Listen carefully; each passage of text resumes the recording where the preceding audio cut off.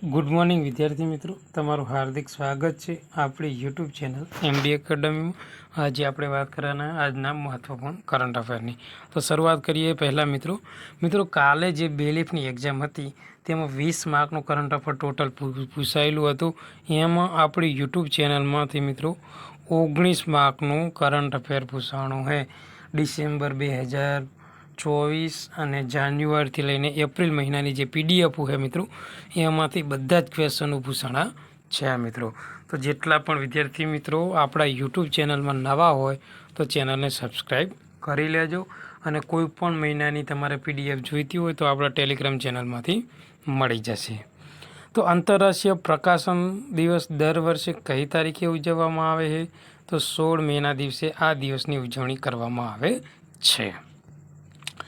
તો 1960માં ભૌતિકશાસ્ત્રીના થિયોડોર મેમન દ્વારા પ્રકાશિત કરાયેલા પ્રથમ જે લેઝર ઓપરેશનની વર્ષગાંઠની યાદમાં દર વર્ષે આંતરરાષ્ટ્રીય પ્રકાશ દિવસ તરીકે ઉજવવામાં આવે છે।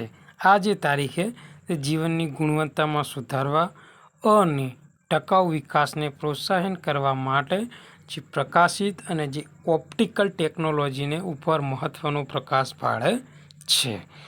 આ ઉપરાંત આ દિવસનો ઉજવણીનો હેતુ શું છે?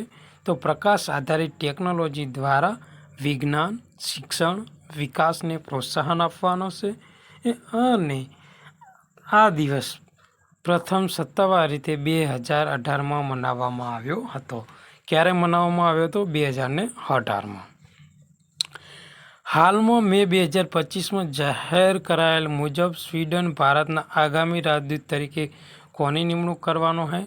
તો અનુરાગ જે ભૂષણ છે મિત્રો, તેઓ સ્વીડનમાં આપણા ભારતીય રાજદૂત તરીકે આગામી સમય માટે તેમની નિમણૂક કરવામાં આવેલી છે। હાલમાં ભારતીય સેનાનો તીસ્તા પ્રહાર અભ્યાસ કયા રાજ્યમાં યોજાયો હતો? તો પશ્ચિમ બંગાળમાં। આ ક્વેશ્ચન પોલીસ કોન્સ્ટેબલ અને આવનારી બધી જ એક્ઝામ માટે મોસ્ટ ઇમ્પોર્ટન્ટ છે। ભારતીય સેના દ્વારા પશ્ચિમ બંગાળમાં તીસ્તા ફિલ્ડ ફાયર રેન્જ ખાતે તીસ્તા પ્રહારનું આયોજન કરવામાં આવ્યું હતું। આ જે લશ્કરી કવાયત છે તે પાયદળ, યાંત્રિક પાયદળ, તોપખાના, આર્મ્સ, પેરાસ્પેશિયલ આર્મી ફોર્સ અને એવિયન્સ એન્જિનિયરિંગ સિગ્નલ વગેરે અનેક બાબત સાથે સંકળાયેલી છે। આ ઉપરાંત આ કવાયતનો ઉદ્દેશ શું છે? વિવિધ લડાઈ અને સહાયક શસ્ત્રોમાં ઓપરેશનનું સંકલન અને તૈયારી વધારવાનો છે। ઓપરેશન સિંધુના સંદર્ભમાં તેનું વ્યૂહાત્મક મહત્ત્વ ધરાવે છે, જે વચ્ચે સંવેદનશીલતાવાળા પ્રદેશોમાં તૈયારી પર સેનાનો ધ્યાન પર પ્રતિબિંબિત કરે છે। આગળનો ક્વેશ્ચન છે કે 2025ના વિશ્વ કાદ પુરસ્કાર વિજેતા મોંગોલિયાના હંગેરીના કયા દેશ છે? તો મિત્રો બ્રાઝિલ।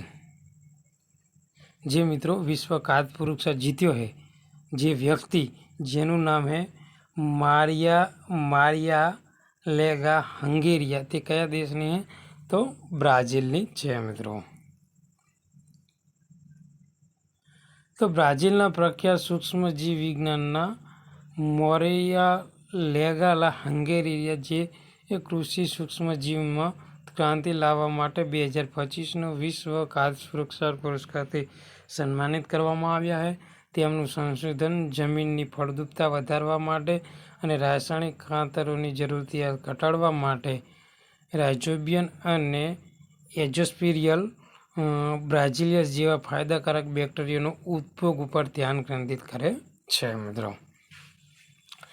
આંકડાશાસ્ત્ર અને કાર્યક્રમ અમલીકરણ મંત્રાલય મુજબ એપ્રિલ 2025માં ભારતનો બેરોજગારી દર કેટલો રહેશે? તો 4.7%। ઓકે, તો આ પણ ક્વેશ્ચન મોસ્ટ ઇમ્પોર્ટન્ટ છે। ભારતમાં દર વર્ષે રાષ્ટ્રીય ડેન્ગ્યુ દિવસ કઈ તારીખે ઉજવવામાં આવે છે? તો 16 મેના દિવસે। દર વર્ષે 16 મેના દિવસે રાષ્ટ્રીય ડેન્ગ્યુ દિવસ ઉજવવામાં આવે છે। આરોગ્ય પરિવાર કલ્યાણ મંત્રાલય દ્વારા ડેન્ગ્યુના તાવના જોખમો વિશે જાગૃતિ લાવવા માટે આ દિવસની શરૂઆત કરવામાં આવી હતી, જે મચ્છરો દ્વારા ફેલાતો એક વાયરલ રોગ છે. કયો રોગ? ડેન્ગ્યુ. રાષ્ટ્રીય ડેન્ગ્યુ દિવસ એટલે 16 મે.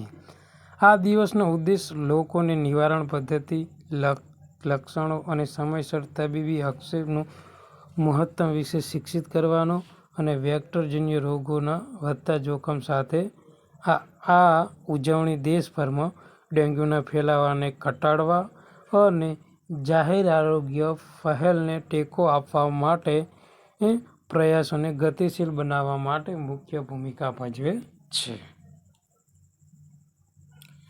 જામિયા મિલિયા ઇસ્લામિયા એ રાષ્ટ્રીય સુરક્ષા ચિંતાઓને કારણે કયા દેશમાં શૈક્ષણિક સંસ્થાઓ સાથે તમામ MOU સ્થગિત કર્યા છે? તો તુર્કી. તુર્કી સરકાર મિત્રો જે આપણી જામિયા મિલિયા ઇસ્લામિક યુનિવર્સિટી છે તેને બધા જ હસ્તાક્ષરોને સ્થગિત કરવામાં આવેલા છે મિત્રો. હાલમાં દરિયાઈ પ્લાસ્ટિક કચરાનો સામનો કરવા માટે હાઇડ્રોજન ટેકનોલોજી જે વિકસાવવા માટે 391 કરોડની પહેલ શરૂ કરવા માટે કઈ આંતરરાષ્ટ્રીય સંસ્થાએ ભારત સાથે ભાગીદારી કરી છે? તો યુરોપિયન યુનિયન એને ભારત સાથે ભાગીદારી કરેલી છે.